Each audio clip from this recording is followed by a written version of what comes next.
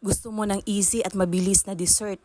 Sundan mo lang to. Pinuhin ang graham gamit ang food processor o ilagay sa plastic at pukpukin.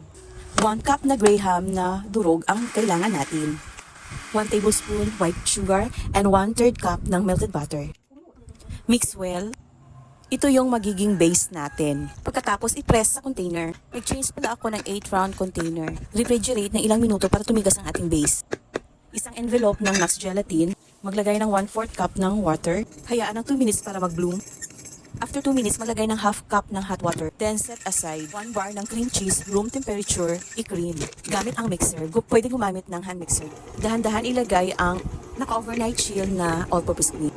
1 pack. Haluin din natin sa ilalim gamit ang ating silicone spatula. Dahan-dahan ibuhos ang 3/4 can na malamig na condensed milk at ang malamig na Nux Gelatin. Sa flavoring natin, gumamit tayo ng mangga para tipid kasi mahal yung nakakana blueberry, guys. Pero masarap ang mangga.